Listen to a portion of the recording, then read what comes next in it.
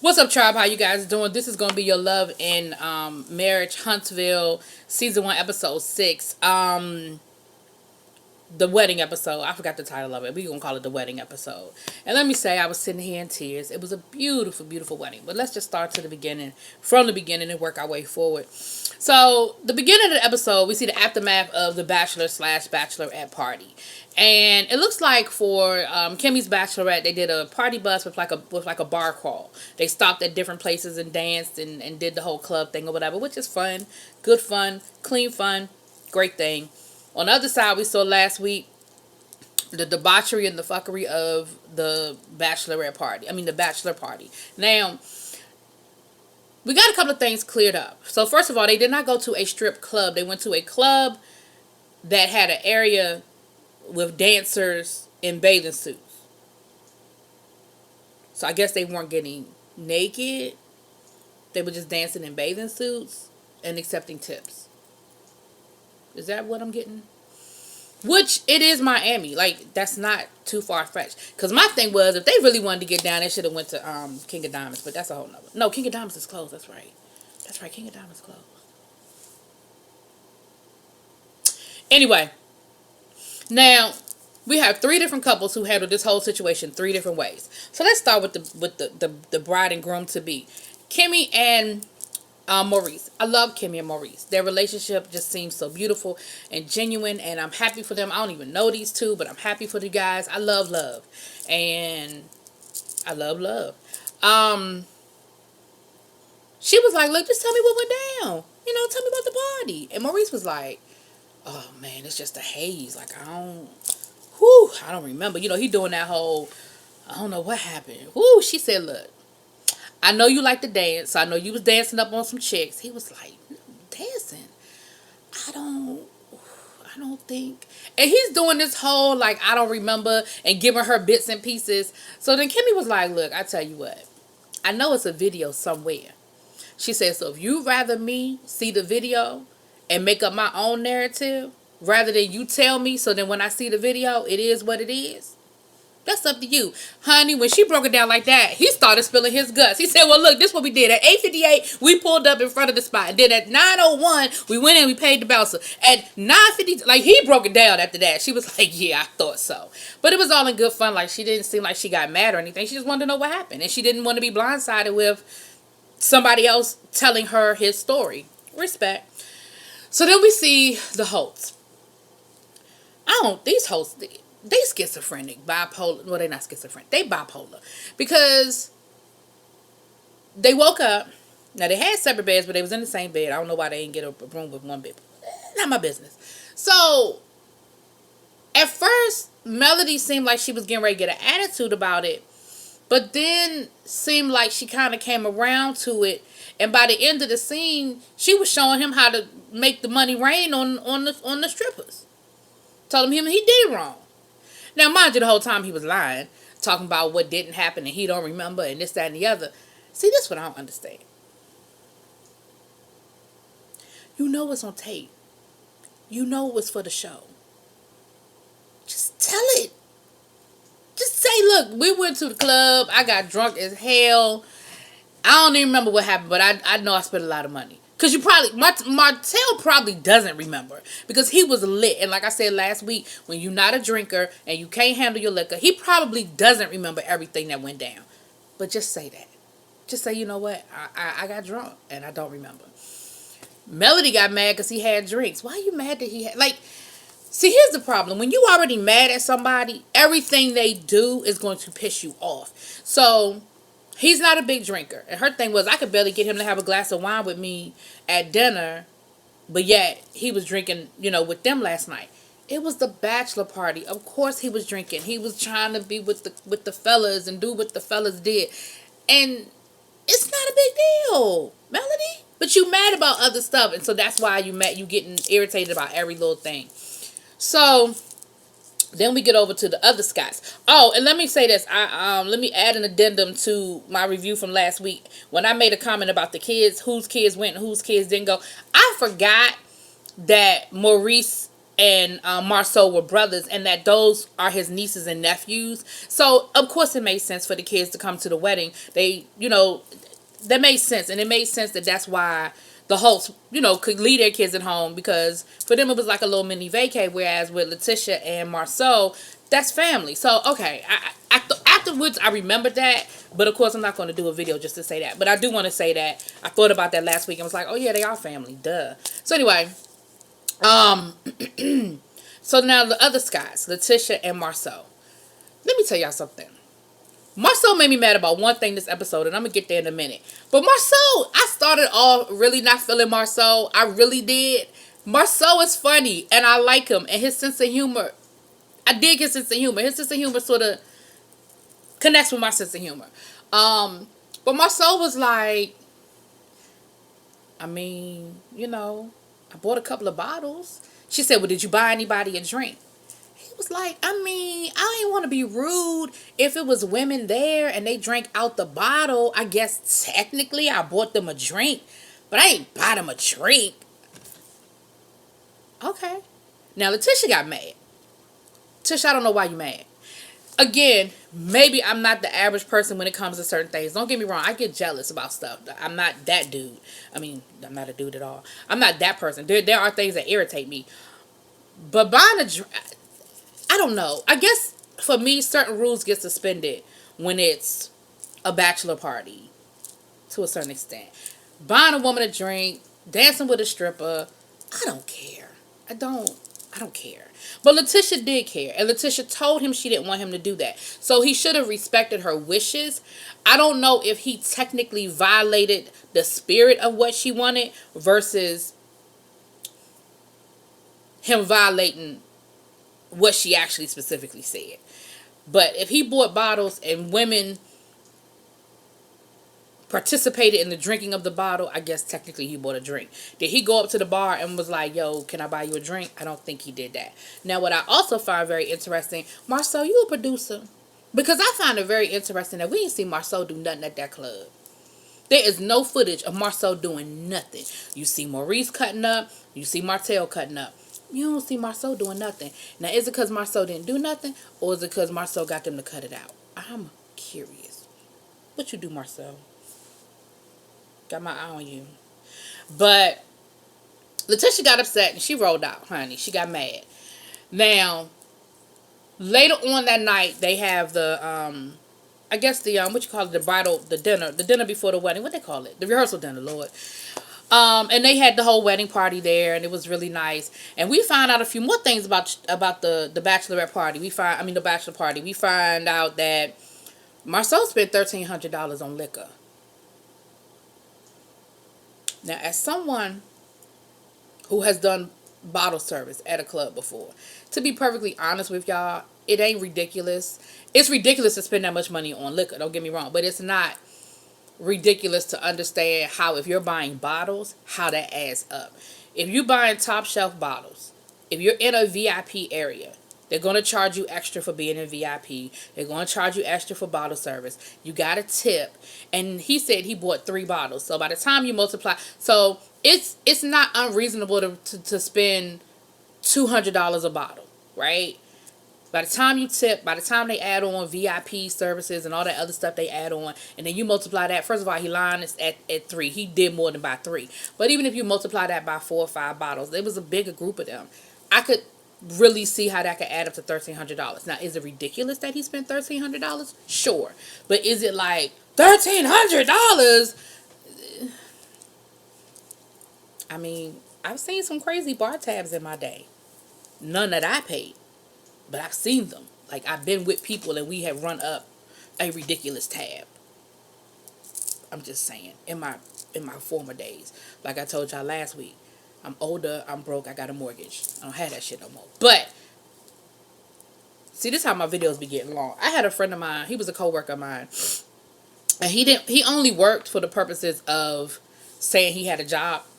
He was a spoiled little rich boy. Literally, he would drop his paycheck. We would go out for happy hour, and literally his bill would be his paycheck. Like, it was ridiculous. Because he would buy the bar. Like, he'd be like, I got it.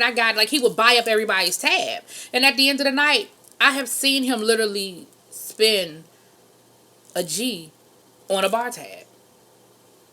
So anyway, moving on. So for me, I wasn't tripping, but everybody else was tripping. And Marcel's mother-in-law was there. Marcel's mother-in-law was like, "What? $1,300? Oh, that's ridiculous. Oh. Now here's why I love Marcel. Marcel said, "That's my brother. I don't care. I love him." He said, "That's my brother. I don't care. I spent that. Yeah, I did it."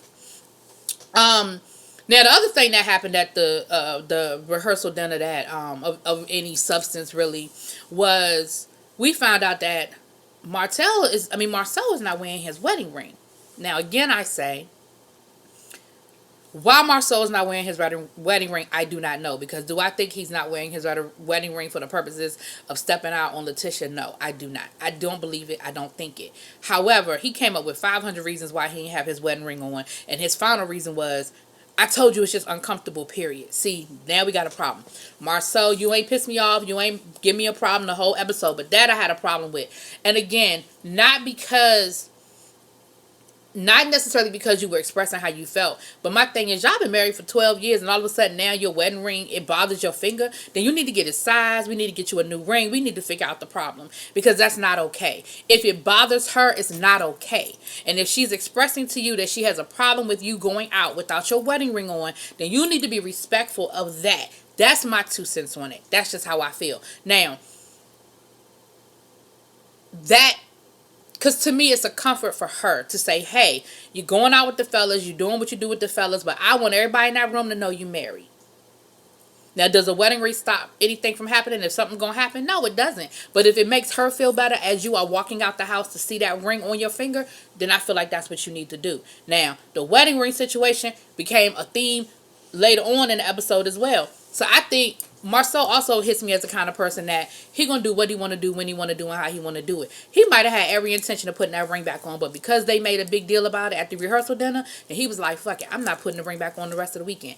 That's the kind of person he seems to be to me. Like, that's what y'all want me to do? I'm gonna do the exact opposite. That's the kind of person he kind of just comes off as to me. So, that was to me, that was really the main thing that came up at the rehearsal dinner. It was really nice. Kimmy was giving it to us in the white all weekend, honey. I ain't mad at you. Kimmy must have made about 4 costume changes in her white. She must have had about 4, 5 white dresses. And it was, but the rehearsal dinner, we got to see Maurice's dad. And then, so, okay, I think that was it for the rehearsal dinner. All right, the wedding. The wedding had me over here in tears. I've been emotional anyway. That's a whole nother conversation. That's another video for another day. But I've been emotional anyway. And so watching that video, sitting here watching the wedding, I'm about to tear up now. I'm talking about it. It was beautiful. It really was beautiful. I love love. I love love. I love to see people in love. And you know what I love the most? I love to see a black man be in love and don't care who know he in love. I love it. I love it. So they wake up the morning of the wedding. You know, they're getting married on a yacht. It's pouring down raining. Of course, Kimmy is the bride that I would be, that anybody would be. You look out, you see, you know you have an outdoor wedding plan and you see rain and it's like, oh no. And you know, Letitia was a good little sister-in-law. She said, "Look, we ain't gonna," she said, "You know, I read somewhere that rain on a wedding day is bad luck." Letitia said, "We ain't gonna claim that. We ain't gonna claim that." She said, "God is just washing away all the mess and dirt so that y'all gonna start anew on y'all wedding day." I said, "You better break that down, Letitia, with your Sunday school lesson. God washing it all away." I don't know if they were on the boat or if they were still in the hotel. We see Maurice talking to his dad, and Maurice was like, "Oh man," he was like, "I just need this rain to clear up." And his dad said, he was like, "You seem to be more worried about the rain than the wedding." He said, "No, because it's Kimmy's day." I said, "Oh." And what his dad was, at first it sounded like his dad was saying, "Why are you so worried? You know, you're not worried about Kim, like worried about the wedding." But what his dad was saying was, "You're worried about the weather. You cool about the wedding. Like, you're not nervous about the wedding." And Maurice was like, "Yeah, because when you know, you know." He said, "I'm marrying my soulmate." I said, "Honey, y'all wait till I find my soulmate, honey. It's gonna be on and popping." But so I said, that hit me when he said that. I I know when Kimmy watched this episode, I know she was in tears because I'd have been in tears. I was in tears for you, Kimmy, because he said, I'm marrying my soulmate. So the good thing about being on a boat and being in Miami is that you can maneuver the weather. You know, Miami has pockets, really Florida. They have pockets of rain. It'll rain for 10 minutes, pour down monsoon, and then 10 minutes later it'll clear up and it'll be dry like it never happened. And so they started planning for the contingency because it had rained all day long. But they were planning for the contingency. However, the captain and I guess it was the wedding director or whoever was in charge on the boat, once everybody was on the boat, they were maneuvering to find a space. And the captain told them, look, we found somewhere for you. We found some sunny skies. We got a 15-minute window. Kimmy was like, let's make it happen. And their wedding was beautiful because Kimmy asked everybody to wear white. So it was an all-white wedding.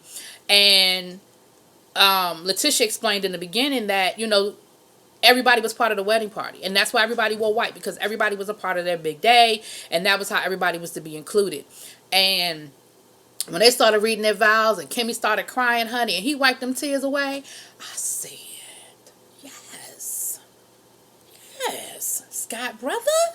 But it was beautiful. Kimmy looked beautiful. Maurice looked nice. Him and his brothers looked real nice. Their suits were clean. It was a beautiful wedding.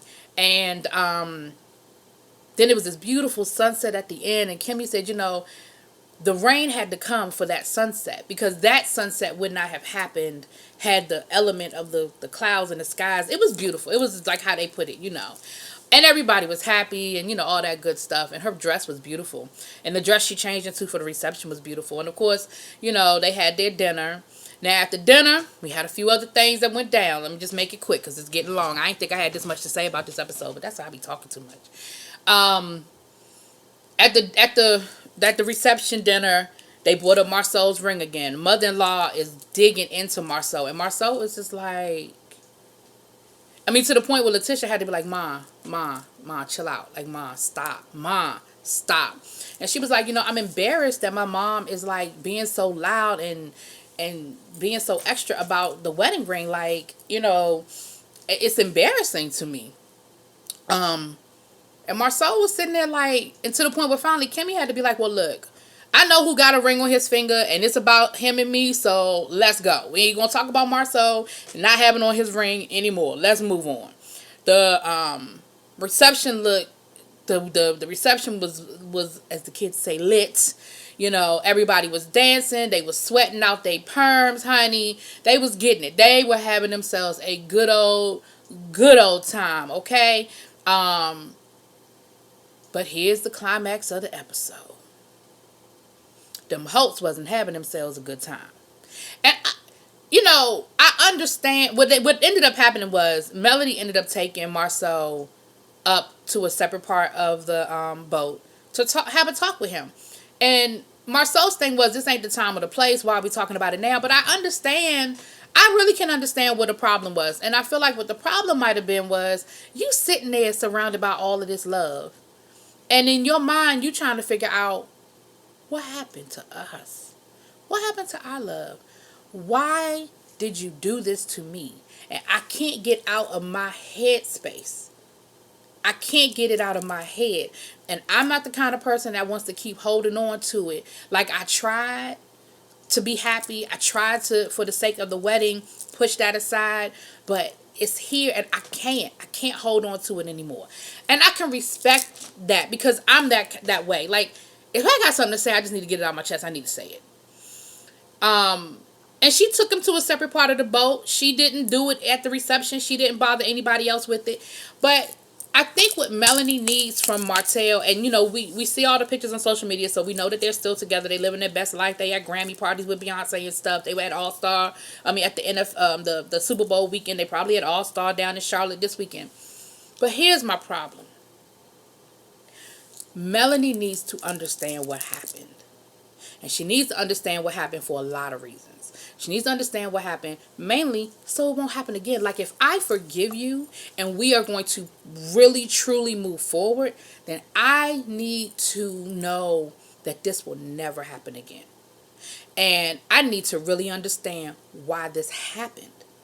And then once she understands why it happened, then she has to understand why Martell is acting the way he's acting about it. Because here's the other problem. Martell is showing no remorse. He's not showing no apologies. He's not showing any remorse.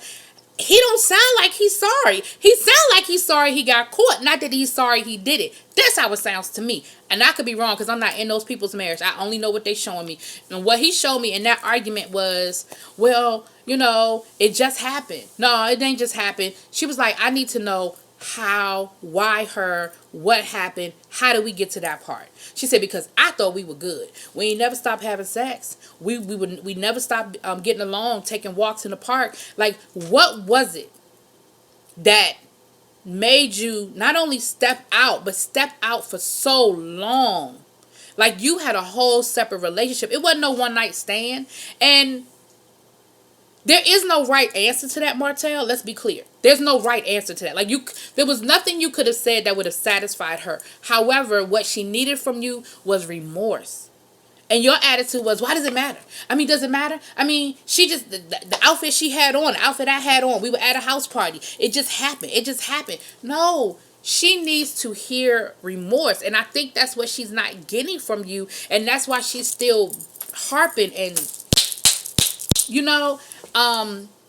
the other thing is you still lying. And she knows you're lying. She said, how long had it been going on? And you talking about a year. She was like, a year? Come to find out it had been going on for 2 years. Now, she knew it was longer than a year. I don't think she knew it had been 2 years. Because when he said 2 years, she was like, 2 years. We come to find out this woman, she tried to check Melanie. Like, she got real out of pocket. Melanie answered the phone, and the woman gonna say, I didn't call you. Put your husband on the phone. See, that's an ass whooping. Melanie, you better than me. Because what I would have done is got on the phone with my girls, and we'd have rolled up. I'd have been like, I tell you what, you ain't got to call me. I'm about to call you. And again, it ain't me fighting over my husband. It's me fighting because you disrespecting me. What you never gonna do, my husband gonna do what my husband gonna do, but what you not gonna do is feel empowered to disrespect me. And that's what Melanie said. She said, you never checked her. You never told her, don't talk to my wife like that. You never checked her. He told my son, I ain't never been in that situation before. See, you shouldn't have to think about it. You shouldn't have to think about defending your wife. That, again, I really feel like that's where Melanie's problem is. Melody's problem is, it's not just the affair. It's the fear of, if I forgive you, not ending up here again. We really have to understand. We got to process. And I need to feel some remorse. And Martell just wasn't giving it. And when I found out that this woman talked to Melody crazy and was calling Melody, talking about tell your husband stop calling me. Like, And then Martell said that Melody did go and confront that woman. And he acted like she was wrong for doing it. Talking about when you went to her, I done went to her too. Yep. We'd have had a conversation. Maybe two. And again, not because of you, dude, but because her feeling empowered to disrespect me. Oh, we gonna have a problem. So, that's really where the episode ended. And again, I ain't gonna get into the back and forth of everything that was said, but when you listen to everything that went down with them, and then he gonna tell her, and you going out here telling people you should have kept it in house. She told me something, you should have kept your penis in the house. And she said, are you blaming me? You think she wasn't out here telling and running your business? You think she... And he was like... And then he called it a relationship. And she said, oh, what? She said, did you just call her a relationship? Okay. I got your relationship. Okay. Honey, it was ugly. It was an ugly argument. It was an ugly situation. I hope that since we see that they are still together, I hope that they got some therapy. Because I do believe sometimes that in some situations people can overcome infidelity, excuse me. But it doesn't happen without work. It doesn't happen without people putting some sincere work into it happening. But with that being said, y'all, that's Love and Marriage Huntsville. The only other thing that did happen was Maurice made a comment about wanting Monster to come and live with them full time. That's it. It'll be interesting if they flesh that out and they approach that. He said now that he has a wife and Monster has a bonus mom, that the situation might be more conducive. I ain't never gonna have a problem with a man wanting to spend time, wanting to be a full-time dad. Like, I will never begrudge anybody of that. I just think that's, we're getting one side of that story, and I'm gonna leave it at that. Until we get more information, I'm gonna leave it at that. But anyway, y'all, that was the episode. It was a really good episode. I'm so happy. Congratulations to Kimmy and Maurice on you all's nuptials. It was a beautiful wedding. Thank you for sharing it with us, and I will see y'all next week. Peace.